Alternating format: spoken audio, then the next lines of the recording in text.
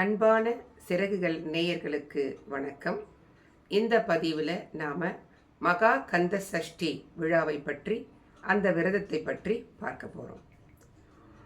மகா கந்த சஷ்டி விரதம். பல தெய்வங்களுக்கு பல விரதங்கள் உண்டு. அதிலும் பழமையான தெய்வமாம் முருகனுக்கு பல விரதங்கள் உண்டு. அந்த விரதங்களில் முக்கியமான விரதம் என்று சொல்ல போனால் அந்த விரதம் மகா கந்த சஷ்டி விரதமா. பொதுவாக ஒரு மாதத்தில் வளர்பிறை சஷ்டி என்றும் தேய்பிறை சஷ்டி என்றும் வரும். 2 நாட்கள் வரும். அதாவது அமாவாசை கழித்து வருகின்ற 6வது நாள் வளர்பிறை சஷ்டி என்றும், பௌர்ணமி கழித்து வருகின்ற 6வது நாள் தேய்பிறை சஷ்டி என்றும் அழைக்கப்படுவது உண்டு. இந்த 2 தினங்களிலுமே விரதம் இருப்பார்கள் முருக பக்தர்கள். ஆனால் ஐப்பசி மாதத்தில் அமாவாசை கழித்து வருகின்ற 6வது நாள் வளர்பிறை சஷ்டி அன்றுதான் மகா கந்த சஷ்டி என்ற விரதமானது கடைபிடிக்கப்படுகிறது.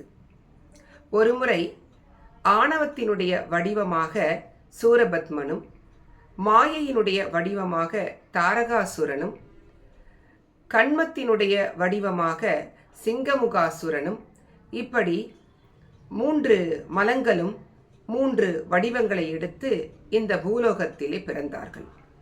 அவர்களால் இந்த பூலோகம், தேவலோகம் எல்லாமே துன்புற்றது. அந்த துயரை துடைக்க வேண்டும் அல்லவா? கருணைக்கூர் முகங்கள் 6ம் கரங்கள் 12ம் கொண்டே ஒரு திருமுருகன் வந்தாங்கு உதித்து இந்த உலகம் உய்வதற்காக அந்த 3 மலங்களையும் அழித்தான். முதலிலே தன் வேலாயுதத்தை கொண்டு மாயையையும், பின்பு கண்மத்தையும் அழித்தார்.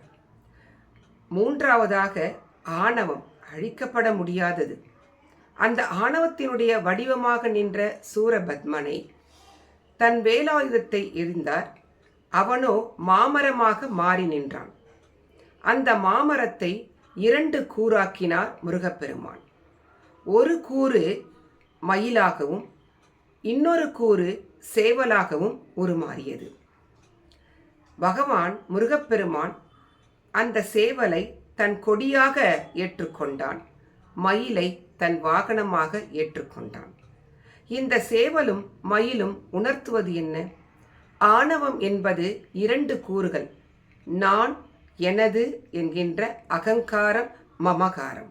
இந்த 2 கூறுகளினுடைய வடிவமாகத்தான் இந்த சூரபத்மன் என்கின்ற ஆணவம் சேவலாகவும் மயிலாகவும் இருக்கின்றது. இந்த 2ஐயும் பெருமான் சூரபத்மனின் ஆணவத்தினுடைய வேண்டுகோளுக்கிணங்க அது தனியாக வந்துவிட்டால் மீண்டும் ஆட்டம் ஆடும். அதனாலே தன்னிடத்திலேயே அந்த ஆணவத்தை அடக்கி வைத்து கொண்டான் முருகப்பெருமான். இந்த சூரசம்ஹாரம் நிகழ்ந்ததுதான், ஆணவம் அழிந்ததுதான் ஐப்பசி மாதம் வருகின்ற இந்த சஷ்டி திதியன்று நடைபெறுகின்ற சூரசம்ஹார நிகழ்ச்சி நமக்கு உணர்த்துகின்றது. அதனாலே இந்த கந்த சஷ்டியானது இந்த ஐப்பசியிலே வருகின்ற மகா கந்த சஷ்டியாக நாம் எல்லோரும் கொண்டாடி கொண்டிருக்கின்றோம். இதிலே விரதம் இருப்பதுதான் மிகவும் சிறந்ததாக கருதப்படுகிறது. இந்த விரதத்தை எப்படி அனுஷ்டிப்பது? விரதம் இருக்கின்ற காலத்தில் மொத்தம் 7 நாட்கள் விரதம் இருக்கலாம். இந்த வருடம் இந்த 7 நாட்கள் 22ஆம் தேதி, அதாவது அக்டோபர் மாதத்திலே 22ஆம் தேதி தொடங்கி 28ஆம் தேதி அக்டோபர் மாதம் நிறைவுறுகிறது. இதிலே 27ஆம் தேதி தான் சூரசம்ஹாரம், அதாவது சஷ்டி திதி, மகா கந்த சஷ்டி விரதம் இருக்கின்ற அற்புதமான திருநாள். இது 7 நாட்கள் ஏன் விரதம் இருக்க வேண்டும்? 6 நாட்களாக அந்த ஆணவத்தை அடக்குவதற்காக பல போர் நிகழ்ந்தது. அந்த போராட்டங்களிலெல்லாம் ஜெயித்து 6வது நாள் சூரசம்ஹாரம் நிறைவுற்று 7வது நாள் வள்ளி தெய்வயானையை திருமணம் செய்து கொள்ளுகின்ற முருகப்பெருமானின் திருக்கல்யாண வைபவம் நிகழ்ந்தேறிய நாள். அதனால் இந்த 7 நாட்களும் விரதமிருந்து முருகப்பெருமானை வழிபட்டால் நமக்கு கிடைக்கும் பேறுகள் என்னென்ன? முதலிலே குழந்தை பேறு கிடைக்கும். முதலில் அதுதான். சஷ்டியிலே விரதம் இருந்தால் அகப்பையில் கருப்பையில் அதாவது அகப்பையில் கரு வளரும் என்று பழமொழி சொல்கின்றார்கள். அது மட்டுமல்ல, திருமணமும் கைகூடும். இந்த வள்ளி தெய்வ யானை திருமணத்தை சேவிப்பவர்கள் அல்லது வள்ளி தெய்வ யானை திருமணத்தை நடத்தி வைப்பவர்களுக்கு கண்டிப்பாக அவர்கள் விரும்பினார் போல ஒரு திருமணம் கைகூடும். இன்னொரு பலனும் உண்டு. முருகப்பெருமானின் மூலம் நாம் அனுபவிக்கின்ற அந்த அறிவானது, ஞானமானது நமக்கு கிடைக்கும். நம்ம பிள்ளைங்கள்லாம் விரதம் இருந்தால் குழந்தைகளுக்கு நல்ல கல்வி ஞானம் கிடைக்கும். பெரியவர்களுக்கும் அந்த கல்வி அறிவு கிடைக்கும், ஞானம் கிடைக்கும். முருகப்பெருமானினுடைய அந்த ஞானம் எதனாலே இந்த விரதத்திலே கிடைக்கிறது என்று சொன்னால், அவன் தகப்பனுக்கே பாடம் சொன்ன சுவாமிநாதன் இல்லையா? அதனாலே இந்த விரதம் கல்வி அறிவை கொடுக்கக்கூடிய விரதமாக இருக்கிறது. இது எல்லாவற்றிற்கும் மேலாக இந்த விரதத்தை நாம் கடைபிடிக்க வேண்டுமானால், அதை வழிபாடு செய்ய வேண்டுமானால், அவனுடைய அருள் கிடைக்க வேண்டுமானால், அவனை தொழ வேண்டும் என்றாலும் கூட அதற்கு தடையாக இருக்கின்ற ஆணவம், மாயை, கண்மம் இது எல்லாமே அழிந்து அகன்று போய் நமக்கு நன்மை கிடைக்கின்ற, விரதத்தினாலே பலன் கிடைக்கின்ற அற்புத பலனை தரக்கூடிய விரதம்தான் இந்த மகா கந்த சஷ்டி விரதம். இந்த விரதத்தை எப்படி கடைபிடிப்பது? பொதுவாக இந்த விரதம் இருப்பவர்கள் எல்லா விரதம் இருப்பது போலவும் இருக்கலாம். குறிப்பாக கடுமையான விரதங்களும் இந்த கந்த சஷ்டிக்கு உண்டு. ஒருவேளை உணவு எடுத்துக்கொண்டு மதியம் மட்டும் உணவு எடுத்துக்கொண்டும் இருக்கலாம். காலையிலும் மாலையிலும் உணவு எடுத்துக்கொண்டு மதியம் உணவருந்தாமல் இருக்கலாம். அல்லது முழு வேளையும் 3 வேளைகளும் உணவே எடுக்காமலும் இருக்கலாம். இன்னொன்று, இளநீர் அன்றைய தினம் முழுவதும் இளநீர் மட்டும் அருந்தியும் விரதம் இருக்கலாம். அல்லது பால், மோர் இவற்றில் ஏதாவது ஒன்றை, இரண்டையும் கலந்து சாப்பிடக்கூடாது. ஒன்று பால் எடுத்துக்கொள்ளலாம் அல்லது மோர் எடுத்துக்கொள்ளலாம். இப்படி நீராகாரம் சாப்பிட்டும் விரதம் இருக்கலாம். இன்னொன்றும் சொல்லுகிறார்கள், மிளகு, இந்த மிளகை உண்டு கூட ஒரு நாள், முதல் நாள் ஆரம்பிக்கிற பொழுது ஒரு மிளகு, 2ஆம் நாள் 2 மிளகு, 3ஆம் நாள் 3 மிளகு, இப்படி 7 நாட்களும் அந்த மிளகை உண்டு கூட நாம் விரதம் இருக்கலாம்.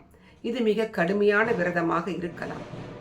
ஆனால் இந்த விரதம் இருக்கிற பொழுது முருகனுடைய திருப்பாடல்களை நாம் பாடிக்கொண்டே இருக்க வேண்டும். முருகா முருகா முருகா என்று அவன் திருநாமத்தை உச்சரித்து கொண்டே இருக்க வேண்டும். குறிப்பாக மௌன விரதம் இருக்க வேண்டும். மௌன விரதம் இருந்தால் மிக மிக புண்ணியம்.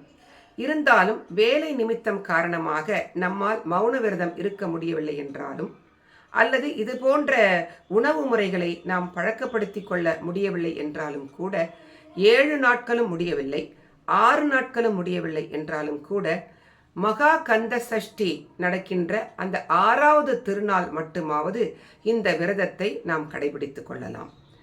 பகவான் இந்த விரதத்தை நாம் கடைபிடிக்கிற பொழுது நம்முடைய உள்ளம் பரிசுத்தமாகிறது, நம்முடைய உடம்பிலே இருக்கக்கூடிய நச்சுத்தன்மைகள் எல்லாம் வெளியேறுகிறது, உடல் தூய்மையாவது போல உள்ளமும் தூய்மையாகிறது. அங்கேதான் நாம் வேண்டி நிற்கின்ற அந்த வரங்கள் எல்லாம் நமக்கு கிடைக்கும்.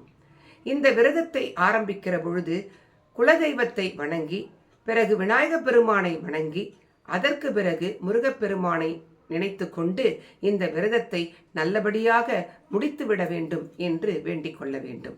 இப்படி ஆரம்பிக்கின்ற இந்த விரதமானது 7வது நாள் நிறைவுற்று, இப்படி முருகப்பெருமானினுடைய திருக்கல்யாண வைபவத்தை, வள்ளி தெய்வ யானையுடன் கூடிய அந்த திருமண வைபவத்தை கண்டு நாம் வாழ்விலே எல்லாவிதமான பலன்களையும் பெறலாம். குறிப்பாக சொன்னது போல் பக்தி, ஞானம், வைராக்கியம், ஆயுள், ஆரோக்கியம், ஐஸ்வர்யம் என்று இத்தனை 16 வகையான பேறுகளையும் கூட நாம் பெறக்கூடிய விரதம் ஒன்றுதான் இந்த மகா கந்த சஷ்டி விரதம். ஆகவே விழிக்கு துணையாக இருக்கின்ற அந்த முருகப்பெருமான், விழிக்கு துணை திருமென்மலர் பாதங்கள், மெய்மை குன்றா மொழிக்கு துணை முருகா உன் திருமொழிகள், உன் திருநாமங்கள், முருகா பயந்த தனி வழிக்கு துணை உன்னுடைய 12 தோள்களும், அது மட்டுமல்ல, முன்பு செய்த பழிக்கு துணை உன் 12 தோள்கள், பயந்த தனி வழிக்கு உன்னுடைய அந்த திருப்பாதங்களே எங்களுக்கு துணையாக இருக்கின்றது. உன்னுடைய திருவடியும் உன்னுடைய திருவேலும் திருமயிலும் எங்களுக்கு துணையாக வருகிறது என்று பாடுகின்ற அந்த திருப்புகழை பாடி பாடி ஏதேனும் ஒரு திருப்புகழ், இது எதுவுமே தெரியவில்லை என்று சொன்னாலும் கந்த சஷ்டி கவசம், அதுவும் நமக்கு தெரியவில்லை, ஒளிநாடாவிலே நாம் கேட்டும் அதை பயன்பெறலாம். அப்படி இல்லை என்று சொன்னாலும் கூட நினைவு முழுக்க முருகா முருகா முருகா என்று நாம் துதித்து கொண்டே இந்த விரதத்தை அனுஷ்டித்தாலே போதும். மிக எளிமையாக கலிகாலத்திலே நமக்கு அருளக்கூடிய தெய்வமாக, மரக்கருணை உடையவனாக, தீயவை புரிந்தாலேனும் அவனுடைய திருமேனி போய் நாம் நின்றுவிட்டால் அவன் நம்மை பார்ப்பானாம். நாம் எப்படி ஆகிவிடுவோம்? அவன் விழிகள் நம் மீது பட்டால் தூயவராகி மேலே தொல்கதி அடையக்கூடிய பாக்கியம் நமக்கு கிடைக்கும் என்பதுதான் இந்த மகா கந்த சஷ்டி விரதத்தினுடைய மிக முக்கியமான பலன். ஆக வாழ்க்கைக்கு வேண்டிய அத்தனை வளங்களும் நமக்கு கிடைக்க இந்த விரதத்தை அனுஷ்டிப்போம், மகிழ்ச்சியாக வாழ்வோம். வாருங்கள் நேயர்களே, இந்த விரதத்தை கடைபிடித்து வாழ்க்கையை வாழ்ந்து காட்டுவோம். நன்றி நேயர்களே, வணக்கம்.